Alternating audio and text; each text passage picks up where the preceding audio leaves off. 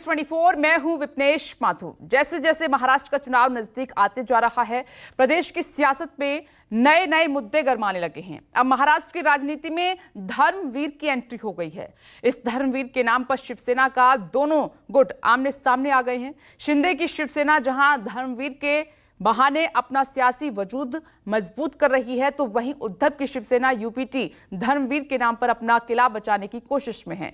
इस बीच बीजेपी भी इस बहाने उद्धव ठाकरे को निशाने पर ले चुकी है। यानी ऐसा लग रहा है कि अब की बार महाराष्ट्र की कुर्सी ये धर्मवीर ही दिलाएगा। आखिर कौन है ये धर्मवीर और महाराष्ट्र की सियासत में क्या है इनका प्रभाव, रिपोर्ट में देखिए।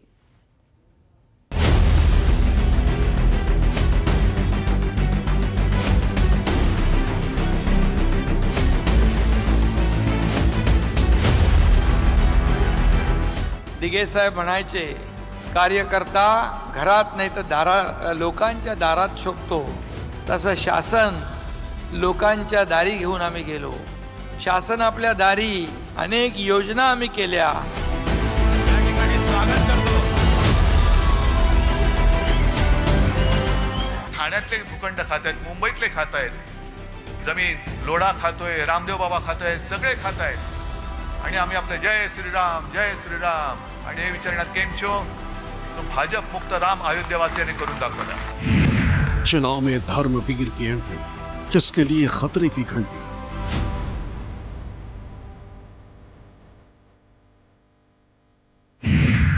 महाराष्ट्र में नया मुद्दा, तय हो गया सत्ता का रास्ता।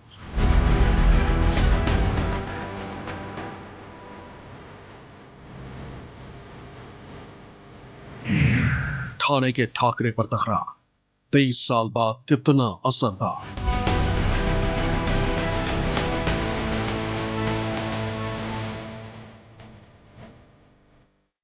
महाराष्ट्र की सियासत में जो बात अब तक जबानी कही जा रही थी, वह फिल्मी पर्दे के जरिए कही जाने लगी। दरअसल महाराष्ट्र विधानसभा चुनाव से पहले बड़े पर्दे पर एक नई फिल्म रिलीज हुई। फिल्म का नाम है धर्मवीर 2। बड़े पर्दे पर आई धर्मवीर 2 के रिलीज होने से महाराष्ट्र की सियासत पर क्या असर पड़ने वाला है, आपको बताएंगे। लेकिन उससे पहले जरा ये जान लीजिए कि प्रदेश की सियासत से धर्मवीर का क्या कनेक्शन है। धर्मवीर 2 फिल्म धर्मवीर 1 के आगे का पार्ट है। यह फिल्म पूर्व शिवसेना नेता आनंद चिंतामणि दिघे के जीवन पर बनी। बीते शुक्रवार यानी 27 सितंबर को धर्मवीर 2 सिनेमा घरों में रिलीज हुई। फिल्म की पूरी कहानी आनंद दिघे और उनके हिंदुत्व पर आधारित है। आनंद दिघे को बाला साहब ठाकरे का सबसे करीबी और 80-90 के दशक का थाने का सबसे बड़ा नेता माना जाता है। आनंद दिघे ने थाने के ग्रामीण इलाकों में घर घर जाकर पार्टी का विस्तार किया। यही कारण है कि बाला साहब ठाकरे आनंद दिघे को काफी पसंद करते थे। चूंकि शिवसेना की बुनियाद ही हिंदुत्व पर आधारित है, यही कारण है कि आनंद दिघे बहुत कम समय में सबसे ज्यादा पॉपुलर हो गए। अब उनकी पॉपुलैरिटी का इस्तेमाल महाराष्ट्र की राजनीति में शुरू हो गया। फिल्म की जो कहानी है, उसकी जो पटकथा है, उसको लेकर महाराष्ट्र में सियासी संग्राम छिड़ गया। दरअसल आनंद दिघे जिस शिवसेना के नेता थे, उसकी अगुवाई तब बाला साहब ठाकरे किया करते थे। लेकिन आज वो शिवसेना दो फाड़ हो चुकी है। चुनाव आयोग के मुताबिक असल शिवसेना की अगुवाई एकनाथ शिंदे कर रहे हैं, जो मौजूदा वक्त में प्रदेश के सीएम है।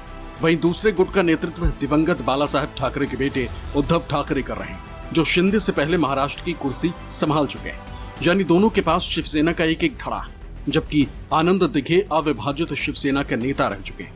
ऐसे में फिल्म में जिस तरीके से आनंद दिघे की मौत दिखाई गई है, उसको लेकर दोनों तरफ से वार पलटवार शुरू हो गया। आनंद दिघेला मारलं गेलं हे अख्खा ठाणा जिल्हा जाणतोय। दुपारी होणारा डिस्चार्ज त्या आनंद दिघे साहेबांचा अचानक मारतात, बोलता चालता मारतात ताबडतोब, आणि त्याला अटॅक दाखवला जातोय। या सगळ्या गोष्टी काही कालांतराने म्हणजे लोकांच्या लक्षात येतात, पण कालांतराने पुढे येतील। एक लक्षात घ्या, आता तो 100 वर्षांचा आहे, पण जो राणे साहेबांनी जेव्हा शिवसेना सोडली तेव्हा ह्याच उद्धव ठाकरेंनी त्यांना मारून टाकण्याच्या सुपाऱ्या दिलेल्या। राज साहेबांना पण असंख्य वेळी त्यांच्या जीवाला धोका निर्माण करण्याचा प्रयत्न उद्धव ठाकरेच्याच माध्यमातून झालेलं। एकनाथ शिंदे साहेब जेव्हा त्याच्या महाविकास आघाडीमध्ये मंत्री होते, स्वतः ते सांगितलं होतं की मुद्दामून त्यांची सुरक्षा कमी करण्याचा प्रयत्न केलेला होता. शिंदे की शिवसेना की ओर से लगाए गए आरोप पर उद्धव ठाकरे के शिवसेना यूबीटी की ओर से भी जवाब दिया गया। आनंद दिघे के भतीजे और शिवसेना यूबीटी के नेता केदार दिघे ने शिंदे गुट के विधायक संजय शिरसाट पर पलटवार करते हुए कई सवाल पूछे। महाराष्ट्राचा अत्यंत दुर्दैव आहे आणि ठाणेकरांचं दुर्दैव आहे की वेळोवेळी निवडणुका आल्या आणि स्वतःचं हित नसेल जर का दिसत तर आपण दिघे साहेबांच्या नावाने राजकारण करायचं। हे अनेक वर्ष हेच चालत आलं। आज देखील अशाच पद्धतीचं वक्तव्य जर का संजय शिरसाटांनी केलं असेल आणि एवढं खात्रीपूर्वक ते जर का असेल, अहो मी गेले 23 वर्ष जेव्हा जेव्हा हा प्रश्न मांडला गेला तेव्हा तेव्हा मी विचारलेलं आहे की तुमच्याकडे पुरावे असतील तर समोर आणा, मी कोर्टात जायला तयार आहे। पण आज त्या जगात अशा पद्धतीचं कोणी काही बोललेलं नाही। यही नहीं, शिवसेना यूबीटी नेता संजय राउत तो इस फिल्म के बहाने सीएम एकनाथ शिंदे पर ही करारा तंज कस रहे हैं। धर्मवीर 1, धर्मवीर 2, धर्मवीर 3 जसं निवडणूक येतात तसे धर्मवीर 1, 2, 3, 4, 5 धर्मवीरांना आम्ही जास्त ओळखतो। दिघे साहेबांचं निधन 2001 साली झालं। राज ठाकरे यांनी पक्ष 2005 साली सोडला, आपल्याला माहित असतं, बरोबर आहे। आता ज्यांनी पक्ष सोडला 2005 ला त्यांच्याबाबत 2001 साली स्वर्गवासी झालेले दिघे साहेब बोलतायत अत्यंत बोगस आणि बकवास सिनेमा है। ये अपने कंधे पर उनका डेड बॉडी पार्थिव लेकर शिंदे जी भाग रहे। कौन सी फिल्म, कौन बना रहे हैं फिल्म, कौन दिख रहा है? बवाल आनंद दिघे की मौत की कहानी पर है। आखिर आनंद दिघे की मौत कैसे हुई थी? दिघे की मौत के बाद कैसे पूरा ठाणे शहर हिल गया था, आपको बताएंगे। उससे पहले जरा ये जान लीजिए कि एकनाथ शिंदे गुट की शिवसेना क्यों दिघे के बहाने उद्धव ठाकरे गुट पर निशाना साध रही। दरअसल आनंद दिघे वही शिवसेना के नेता थे जिनकी उंगली पकड़कर एकनाथ शिंदे राजनीति में आगे बढ़े। ये दिघे ही थे जिन्होंने शिंदे को थाने में एक नेता के रूप में स्थापित करने और उन्हें आगे बढ़ाने में अहम भूमिका निभाई थी। एकनाथ शिंदे भी आनंद दिघे को अपना गुरु मानते हैं। वक्त बदलते गया, शिंदे सत्ता की कुर्सी तक पहुंच गए। जब उद्धव सरकार में कैबिनेट मंत्री बने और बाद में मुख्यमंत्री बने तो अपने शपथ ग्रहण में उन्होंने आनंद दिघे का नाम लेना नहीं भूले। तब एकनाथ शिंदे ने कहा था कि वो धर्मवीर आनंद दिघे के याद में शपथ ले रहे हैं। इतना ही नहीं, एकनाथ शिंदे का दावा है कि वो आनंद दिघे के पद चिन्हों पर चलकर ही सरकार चलाते हैं। आज 2 वर्ष झाली या राज्यामध्ये देखील सर्वसामान्य माणसाला न्याय देण्याचा प्रयत्न आम्ही करतोय। आज जसं दिघे साहेब म्हणायचे, कार्यकर्ता घरात नाही तर लोकांच्या दारात शोभतो, तसं शासन लोकांच्या दारी घेऊन आम्ही गेलो। शासन आपल्या दारी अनेक योजना आम्ही केल्या, अनेक योजना आम्ही लोकांच्या दारात जाऊन दिल्या आणि आजही मी आपल्याला सांगतो, आता ज्या योजना माझ्या महिला भगिनींसाठी, माझ्या बांधवांसाठी, ज्येष्ठांसाठी, शेतकऱ्यांसाठी, सगळ्यांसाठी आज आपलं सरकार करतंय, प्रामाणिक प्रयत्न करतंय। धर्मवीर 2 फिल्म के रिलीज के मौके पर सीएम शिंदे ने ये बात कही थी। इस तरह के कई डायलॉग्स फिल्म में भी है। कहा जा रहा है कि कई डायलॉग्स के जरिए महाराष्ट्र के पूर्व मुख्यमंत्री और शिवसेना यूबीटी नेता उद्धव ठाकरे पर फिल्म में निशाना साधा गया और यही बात सीएम शिंदे कई मौकों पर उद्धव ठाकरे के लिए कह चुके हैं। मैंने तो उनके साथ काम किया है, अभी मुझे पता है सब कुछ और मैं काम करने वाला हूँ। जब कोविड था तो हम काम करते थे, रास्ते में जब उतरते थे रोड हॉस्पिटल में पीपी किट पहन कर जाते थे। और जो 2.5 साल का मुख्यमंत्री का कार्यकाल होता है उसका आप भी पता कीजिए। घर में बैठकर सरकार नहीं चलाया जाता है, घर में बैठकर राज्य नहीं चलाया जाता है। फेसबुक लाइव से सरकार नहीं चलती है, उसको लोगों के सामने फेस टू फेस जाना पड़ता है, लोगों को सुनना पड़ता है, उनके बीच जाना पड़ता है। किसान का नुकसान हो तो खेती में जाना पड़ता है, जब दुर्घटना हो तो वहाँ पहुँचना पड़ता है। ये सरकार का काम होता है और इसलिए मैं मेरे काम पर फोकस करता हूँ।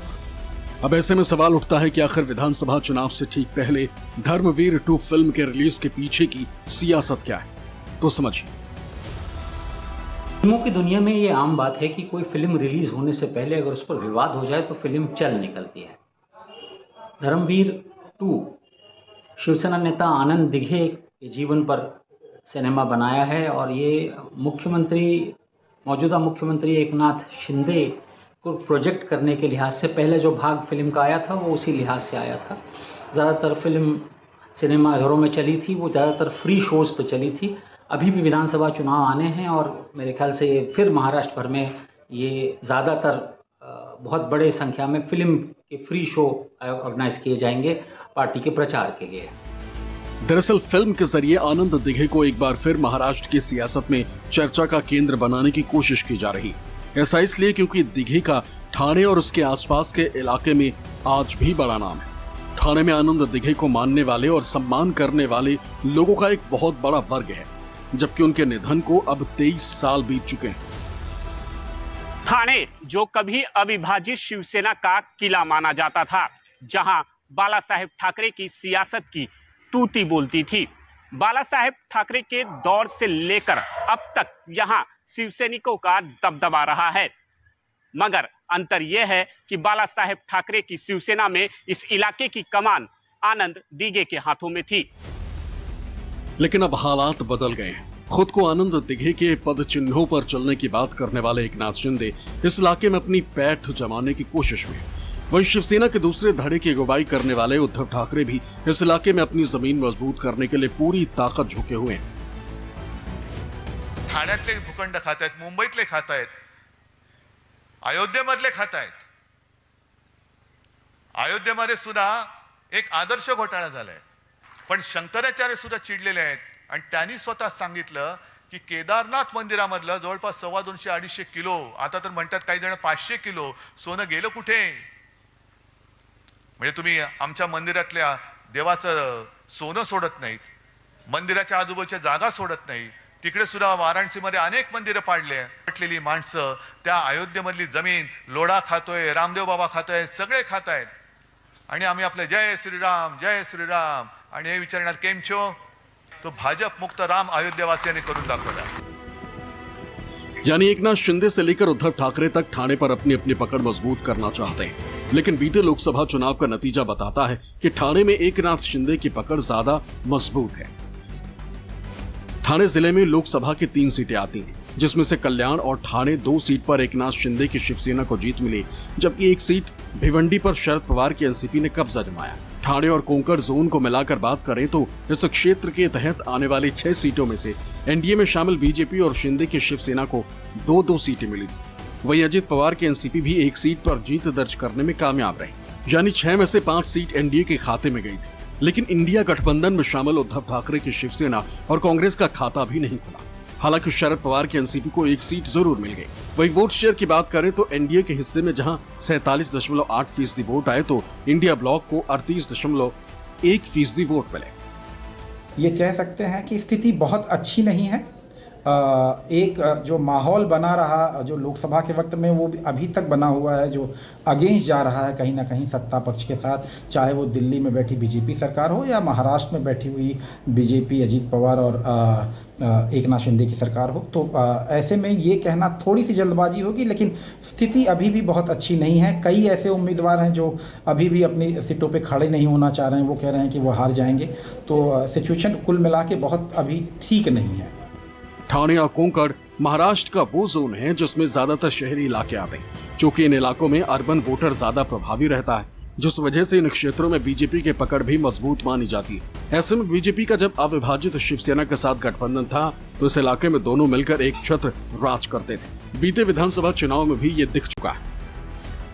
ठाणे और कोंकण जोन में विधानसभा की कुल 39 सीटें आती हैं। 2019 के विधानसभा चुनाव में जब अविभाजित शिवसेना बीजेपी के साथ थी, तब बीजेपी 13 सीटों पर लड़कर 11 सीट जीतने में कामयाब रही। वहीं 26 सीटों पर लड़ने वाली अविभाजित शिवसेना को 15 सीटें मिली, यानी इस इलाके की 2/3 सीटों पर एनडीए ने कब्जा जमाया था। जबकि कांग्रेस 22 सीटों पर लड़कर महज 2 सीट जीतने में ही कामयाब रह पाई। वहीं कांग्रेस के साथ 17 सीटों पर लड़ने वाली शरद पवार की अविभाजित एनसीपी भी महज 5 सीट ही जीत पाई थी। यानी ठाणे और कोंकण जोन में कुल मिलाकर देखा जाए तो अब भी बीजेपी और शिवसेना का वर्चस्व कायम है। ऐसे में शायद सीएम शिंदे आनंद दिघे के नाम पर इस इलाके में अपना दबदबा कायम रखने की कोशिश कर रहे हैं। ठाणे और उसके आसपास के इलाके में दिघे के चाहने वाले बहुत सारे लोग रहे हैं, क्योंकि शिवसेना के फाउंडिंग लोगों में से आनंद दिघे भी रहे। तो जो शिवसैनिक रहे, जो अभी भी कुछ उद्धव ठाकरे के समर्थक हैं, कुछ एकनाथ शिंदे के समर्थक हैं, तो वो अभी भी दिघे को लेके कहीं ना कहीं उनका एक भावनात्मक लगाव रहा है। तो ये देखा जा सकता है कि इस चुनाव में दिघे का जब मुद्दा उठेगा तो ऐसे में दिघे आखिर किसके, ये एक सवाल होगा राजनीति में। वो उद्धव ठाकरे के साथ हैं या फिर एकनाथ शिंदे के साथ हैं, ये देखना होगा। ठाणे कोंकण जोन में बीते विधानसभा चुनाव में वोट शेयर का गणित देखें तो पता चलता है कि जब बीजेपी और अविभाजित शिवसेना साथ थी तो लोगों ने जमकर इस गठबंधन को पसंद किया। तब बीजेपी और अविभाजित शिवसेना के गठबंधन को इस जोन में तकरीबन 65% वोट मिले थे, जबकि कांग्रेस और अविभाजित एनसीपी के खाते में महज 16.3% वोट आए थे। ऐसे में शिंदे और उद्धव ठाकरे दोनों को लगता है कि प्रदेश की सियासत में अगर अपना वर्चस्व कायम रखना है तो इस इलाके में बेहतर से बेहतर प्रदर्शन करना होगा। यही वजह है कि हाल ही में उद्धव ठाकरे ठाणे का दौरा कर अपनी सियासी जमीन मजबूत करने की कोशिश कर चुके हैं। इस दौरान उन्होंने सीएम एकनाथ शिंदे का नाम लिए बगैर उन्हें गद्दार तक कह दिया। पाहिजे होय, मी जिंकणारच म्हणून मी जे काय बोललो रंगशारदामध्ये, लढायचं कसं तर लढायचं या जिद्दीने लढायचं की लढाई आहे, ही निवडणूक ही लढाई आहे आणि या लढाईमध्ये ह्याच ईर्ष्येने उतरायचं। एक तर तू राहशील ना तर मी राहीन, मी परत बोलतोय। आणि तू आणि मी म्हणजे मी उद्धव ठाकरे एकटा नाही, मी म्हणजे तुम्ही महाराष्ट्र प्रेमी, शिवप्रेमी, शिवसेना प्रेमी, बाळासाहेब प्रेमी। आणि तू म्हणजे महाराष्ट्राला लुटायला आलेला दरोडेखोर, तू म्हणजे त्या दरोडेखोरीचा पाय चाटणारा गद्दार। दरअसल उद्धव से शिवसेना की कमान छीनने से लेकर प्रदेश की गद्दी तक से हटाने में एकनाथ शिंदे की अहम भूमिका रही। यही वजह है कि एकनाथ शिंदे इस वक्त उद्धव ठाकरे के सबसे बड़े सियासी दुश्मन बन चुके हैं और इसी ने प्रदेश का सारा मौजूदा सियासी समीकरण बदल कर रख दिया। अब बात आनंद दिघे यानी धर्मवीर आनंद दिघे की मौत की। कहा जाता है कि 24 अगस्त 2001 की सुबह गणेश उत्सव के मौके पर दिघे मजदूरों से मिलने उनके घर जा रहे थे। इस दौरान उनकी कार दुर्घटनाग्रस्त हो गई। हादसे में उनका पैर टूट गया और सिर में चोट लग गई। हादसे के बाद उन्हें ठाणे के सिंघानिया अस्पताल में भर्ती कराया गया। वहां उनका ऑपरेशन हुआ। 2 दिन बाद यानी 26 तारीख की दोपहर उनके पैर का ऑपरेशन किया गया, लेकिन शाम को उनकी तबीयत बिगड़ने लगी। शाम 7:15 बजे उन्हें दिल का पहला दौरा पड़ा। इसके ठीक 10 मिनट बाद शाम 7:25 पर उन्हें दोबारा दिल का दौरा पड़ा और फिर रात 10:30 बजे के आसपास उन्होंने अस्पताल में ही अंतिम सांस ली। देखिए, उस समय 50 साल के थे। कहा जाता है कि तब किसी की ये कहने की हिम्मत नहीं हुई कि आनंद दिघे की मौत हो गई। आखिर में उद्धव ठाकरे ने सार्वजनिक तौर पर घोषणा की कि आनंद दिघे का निधन हो गया। उद्धव के ऐलान के बाद अस्पताल के बाहर करीब 1500 दिघे समर्थकों ने पूरे अस्पताल में आग लगा दी। इसके बाद तत्कालीन उप मुख्यमंत्री छगन भुजबल ने इस मामले की जांच के आदेश दिए और बाद में 34 लोगों को गिरफ्तार किया गया। दिघे की मौत के बाद ठाणे को बंद कर दिया गया था। इसके बावजूद उनके अंतिम संस्कार में हजारों शिव सैनिक शामिल हुए। दिघे की मौत के बाद ठाणे में 2001 में एक शोक सभा में बाला साहेब ठाकरे ने कहा था कि आनंद की दाढ़ी में हुकूमत थी, उसके खिलाफ जाने की किसी में हिम्मत नहीं थी। हालांकि तब बाल ठाकरे को अंदाजा भी नहीं रहा होगा कि आनंद दिघे के बढ़ाए एकनाथ शिंदे एक दिन उनके ही बेटे के खिलाफ चले जाएंगे और सियासी तौर पर सबसे बड़े दुश्मन बन जाएंगे। ऐसे में अब देखना दिलचस्प होगा कि धर्मवीर आनंद दिघे का जिस इलाके में इतना प्रभाव है, वो ठाणे अब की बार महाराष्ट्र की सत्ता पर किसे बिठाता है। Bureau report, news 24।